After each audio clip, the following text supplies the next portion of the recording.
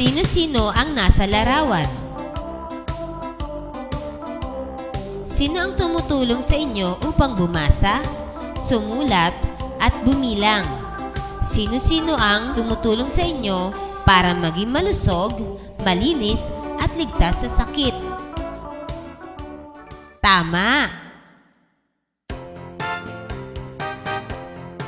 Sila ang tinatawag nating mga yamang tao ng bansa.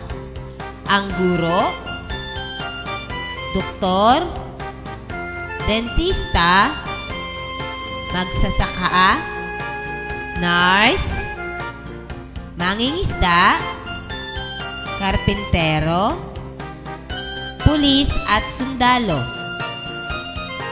Ano-ano ang naitutulong sa atin ng bawat yamang tao?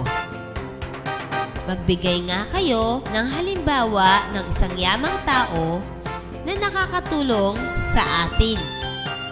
Inaalagaan ko ang kalusugan ng tao. Ginagamot ko ang sakit nila. Humuhuli ako ng mga masasamang tao.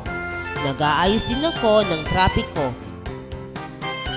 Inaalagaan ko ang mga ngipin ng mga bata at mga matatanda.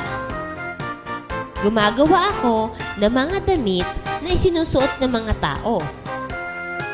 Ako ay isang katuwang ng doktor at nag-aalaga rin sa mga bata at sa mga tao upang mapabuti ang kanilang kalusugan.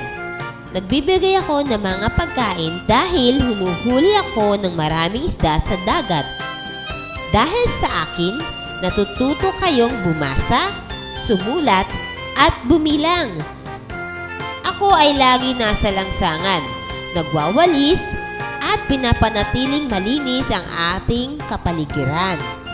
Gumagawa ako ng bahay at gusali para sa mga tao. Nagtatanim ako ng mga palay at gulay upang magkaroon kayo ng maraming pagkain.